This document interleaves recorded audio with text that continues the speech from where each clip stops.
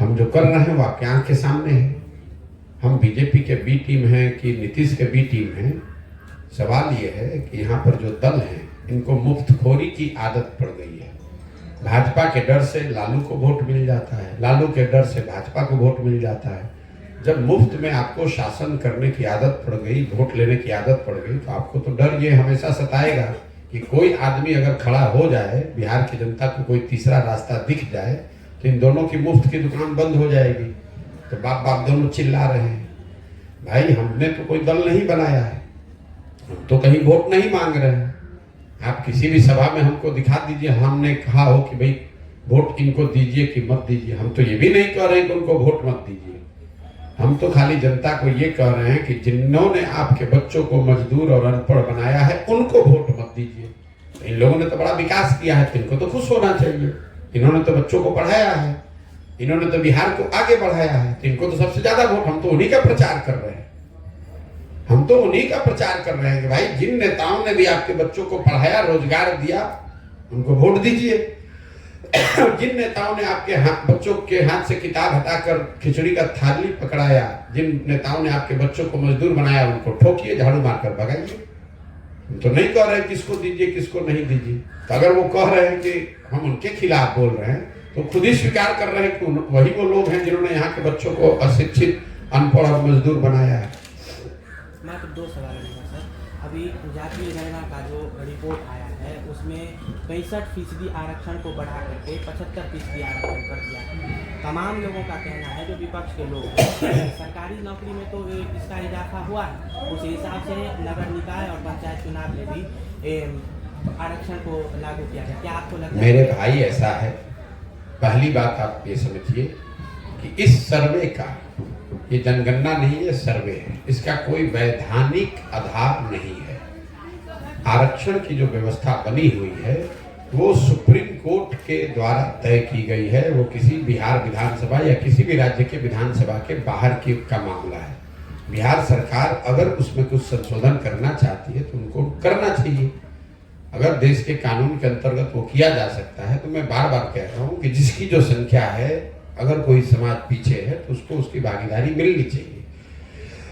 लेकिन उनके भागीदारी के नाम पर अपना घर भरने की जो बात है, कि आप पूरे समाज की भागीदारी की बात कर रहे हैं और खुद ही लूट के अपने और अपने बच्चे बन बैठे हुए हैं। भाई नीतीश और लालू को छोड़कर पिछले 32 साल में बिहार में राज कौन कर रहा है? राज ये कर रहे हैं तो हकमारी किसने किया, ये बता दीजिए हमको। राज अगर बिहार में नीतीश और लालू कर रहे हैं तो हकमारी तमिलनाडु का नेता आकर तो किया नहीं है। तो अरे आंकड़ा है तो बता तो रहे हैं, आंकड़ा यही तो दिखाया गया कि भाई तुम समाज के एक बड़े वर्ग को लाभ नहीं मिला। तो लाभ किसने नहीं दिया? आप पत्रकार हैं, आप लाभ दे दीजिएगा। जो सत्ता में बैठा उसी को न देना है। तो उससे सवाल नहीं पूछ रहे हो।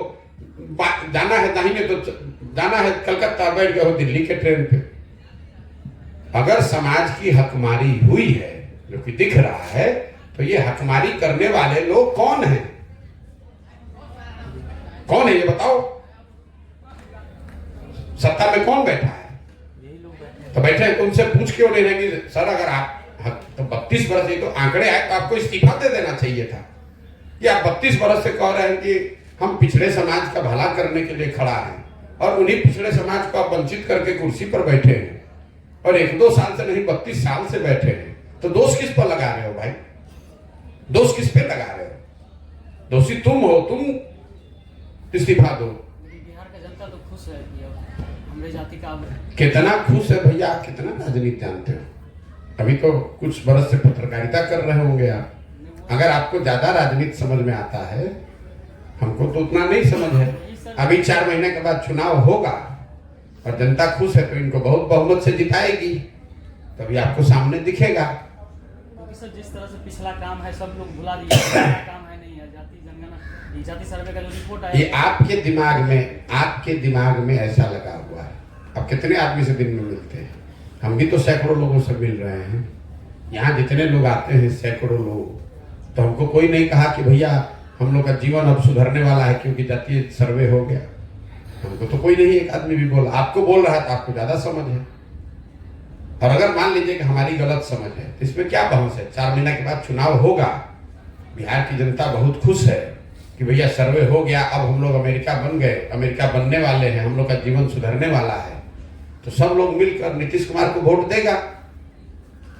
लेकिन अगर नहीं देगा तो उसके बाद पत्रकारिता छोड़ दोगे? हम आपको बता रहे हैं कि अगर नीतीश कुमार को 5 से ज्यादा सीट आ गया तो हम ये काम छोड़ देंगे। तुम्हें अगर दम है, जनता की बात कह रहे हो, अगर आप में दम है तो आप ये कहिए कि ना भैया देश में, राज्य में बहुत सब लोग, जनता आप कहे ना कि सब लोग खुश है।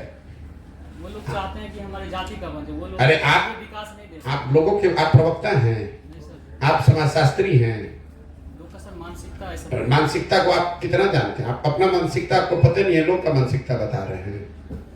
आपका काम लोगों का सवाल पूछना है, लोगों की क्या मानसिकता है उस पर आप टिप्पणी कर सकते हैं।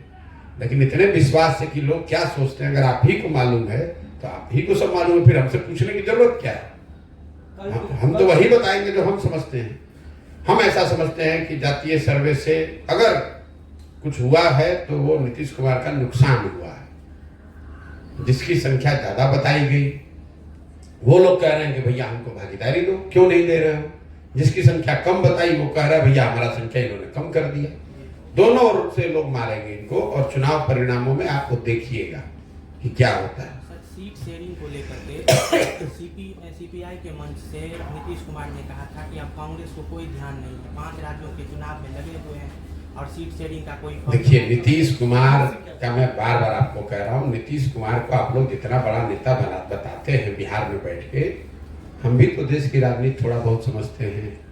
42 विधायक वाले एमएलए के पार्टी को नीतीश कुमार को 75 साल की इस उम्र में पूछ कौन रहा है? आप लोग तो बिहार में हल्ला किए कि ये इंडिया के प्रधानमंत्री के फेस होंगे, संयोजक तक तो बनाया नहीं। इन्होंने नाम रखा दूसरा तो उसको हटा कर दिया इंडिया। ये गए बात करने कुछ, इनको कोई तरजीह भी नहीं मिली। ये तो खुद से मुंह मियां मिट्ठू होने वाली बात है। पर बिहार के पत्रकार जो हैं, अपनी अज्ञानता कहिए या बिहार के प्रति उनका प्रेम है, उनको लगता है कि बिहार का ही कोई हो जाएगा। कैसे हो जाएगा? नीतीश कुमार की क्या हैसियत है कि वो बन जाएंगे? भैया देश में सबसे बड़ी विपक्षी पार्टी कांग्रेस है, कांग्रेस अपना छोड़कर इनको क्यों बना देगी? दूसरे नंबर पर तृणमूल है, तृणमूल अपना छोड़कर इनको काहे मान लेगा? तीसरे नंबर पर डीएमके है, वो अपना छोड़कर इनको काहे मान लेगा? आप ही के मुंह में सबसे अच्छा सुरकाह का पर लगा है कि आपको क्यों मान लेगा? आप क्या उस गठबंधन में ऐसा चीज ला रहे हैं जो दूसरा नहीं ला सकता है? अरे हम नहीं कह रहे हैं, पिछले 6 महीना में यही आप हम तो साल भर से कह रहे हैं, आप लोग उछल रहे थे। पटना में बैठक हो गया तो नीतीश कल संयोजक बनने वाले हैं, तो परसों प्रधानमंत्री के चेहरा बनने वाले हैं, तो 6 महीना के बाद शपथ लेने वाले हैं। अरे मुख्यमंत्री जो बने हुए हैं वो भी नहीं बचने वाला है। लोकसभा का चुनाव होने दीजिए। नीतीश कुमार की कहानी, राजनीतिक कहानी का अब अंत आ गया है। ये 5 मिनट लास्ट का जैसे पिक्चर में होता है ना, 5 मिनट का मार धाड़ हल, अब क्लाइमेक्स चल रहा है। नीतीश कुमार के राजनीतिक जीवन का पटाक्षेप होने वाला है।